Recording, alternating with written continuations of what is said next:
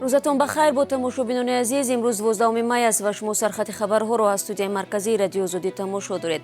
در دقیقه بعدی درباره تحولات اخیر پیامدهای سیلروی و آبخیزی در تاجیکستان، منع نماز دست جمعی عید فیطر در مسجدهای بزرگ مسکو و دعوت و بازپرسی خویش و تباری همکاران عزتمند حقوق شناسی شناخته تاجیک برایتان خواهم گفت. باران‌های پی در پی و سیل و آبخیزی‌ها در یک شبانه روز اخیر در سرتاسر تاجیکستان خانه‌های ساکنان، راه‌ها و پل‌ها و زمین‌های کشت را ویران کرده حیات چند کس را از بین برده است. کمیته حالت‌های فوق‌العاده میگوید حالا کمیسیا حجم ضرری رسیده از آفت طبیعی را معین دارد، ولی ظاهراً آمارها می‌تواند هر لحظه تغییر بکند، زیرا خطر بارانگری و آمدن سیل تا چند روز دیگر باقی می‌ماند. همکارم رجب یوسفی پیامدهای آفت طبیعی رو پیگیری دارد و حالا معلوماتی آخرین را از او میشنویم. مقامات کمیته حالتهای فوق‌العاده میگویند که سیل و آبخیزی روز 11 می در کشور به 15 شهر و ناحیه آسیب رسانده باعث هلاکت 8 نفر شده است. دفتر مطبوعاتی کمیته روز 12 می با نشر اعلامیه گفت آفت طبیعی اساساً به شهر و نواحی ولایت ختلان و ناحیه‌های تابع مرکز آسیب رسانده است. از جمله آمدن سیل در روز گذشته راه دهه لبیجر در ناحیه سنگوار را بست. سیل همچنان به حولی 14 عائله در دهه نیابگیان ناحیه رشت هم آسیب رسانده است.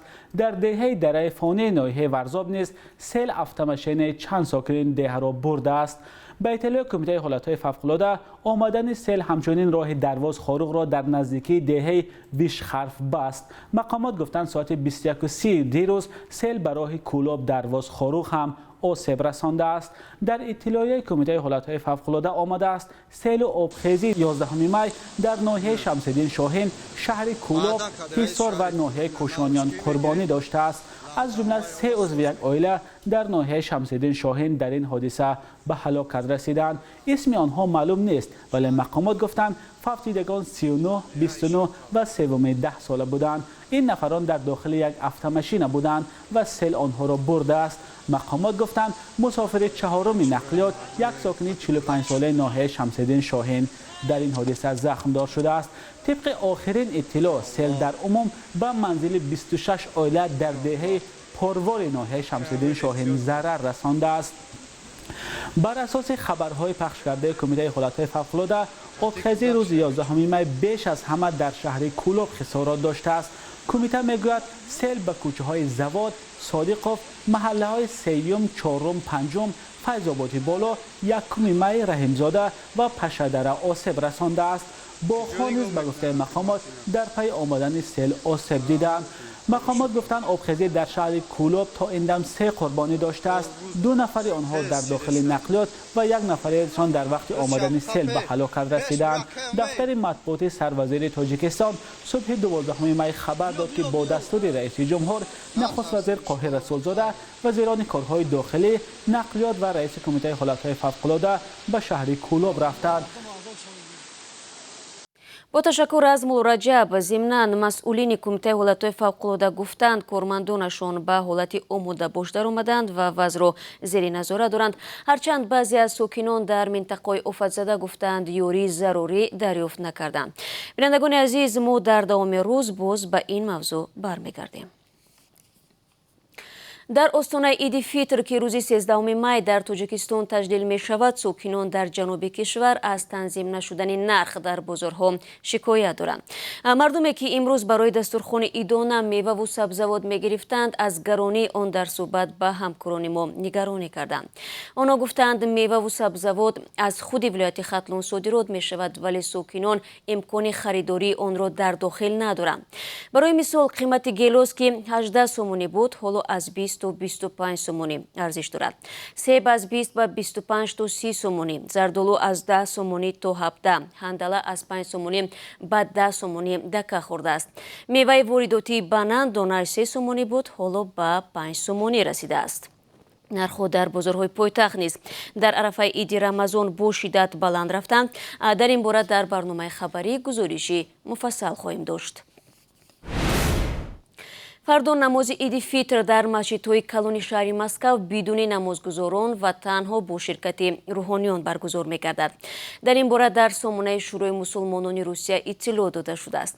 хоҳишмандон имкон доранд намози идро тариқи онлайн дар саҳифаи расмии шӯрои мусулмонони Русия дар YouTube ва ҳам дар шабакаи телевизионии Русия-1 тамошо кунанд.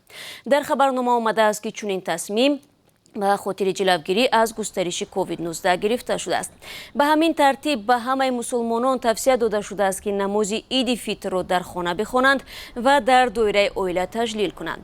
мақомоти рус ҳушдор медиҳанд ки дар сурати риоя накардани ин талабот ва таҷлили оммавии иди фитр ширкатдорон ба ҷавобгарӣ кашида мешаванд.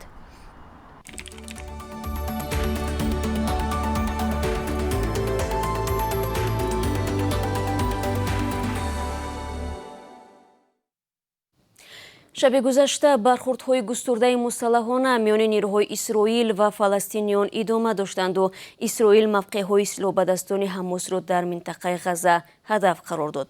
тибқи ахбори расида, ҷангҷӯён Исроилро мушакборон намуданд.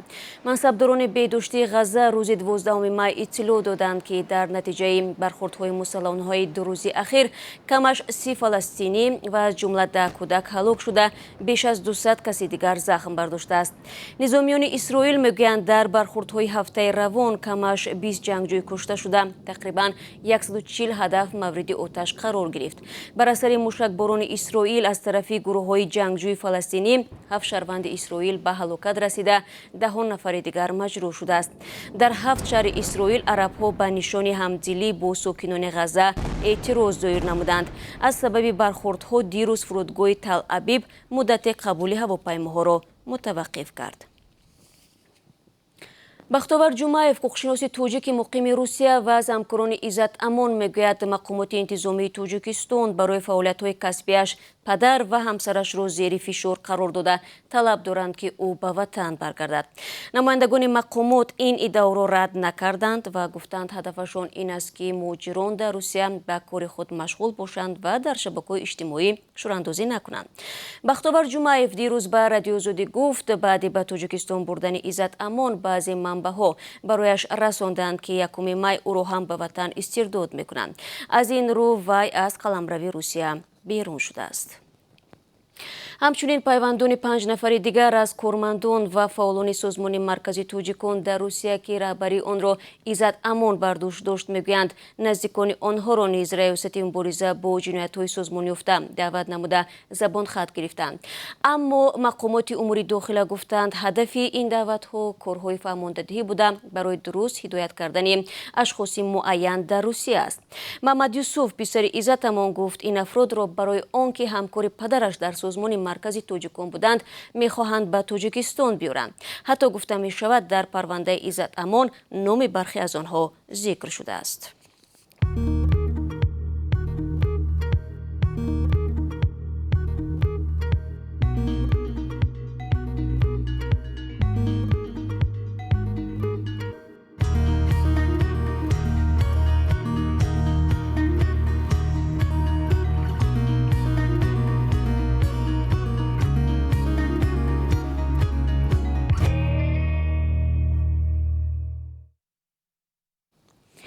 шаҳрдори Исфара ки дар муноқишаи ахири марзӣ бо Қирғизистон аз китфаш тир хӯрда буд, аз бемористон ҷавоб шудааст. Зубайдулло Шомадов, сухангӯи ҳукумати вилояти Суғд, мегӯяд Баҳовиддин Баҳодурзода аллакай ба кор баргашту ба оёдати хонаводаҳои қурбониҳои задухӯрди марзӣ рафт. ин мақомдори тоҷик дар рӯз инҷониб дар бемористон буд ва барои берун овардани тир аз баданаш 2 бор ҷарроҳӣ шуд. Баҳодурзода 4 май дар суҳбат бо Радиоозодӣ нақл кард ки рӯзи 20 апрел барои ҳалли муноқиша ба маркази тақсими об машҳур бо номи Галавной рафта буд, вале баъди тир хӯрдан 4 соат натавонист маҳалли ҳодисаро тарк кунад.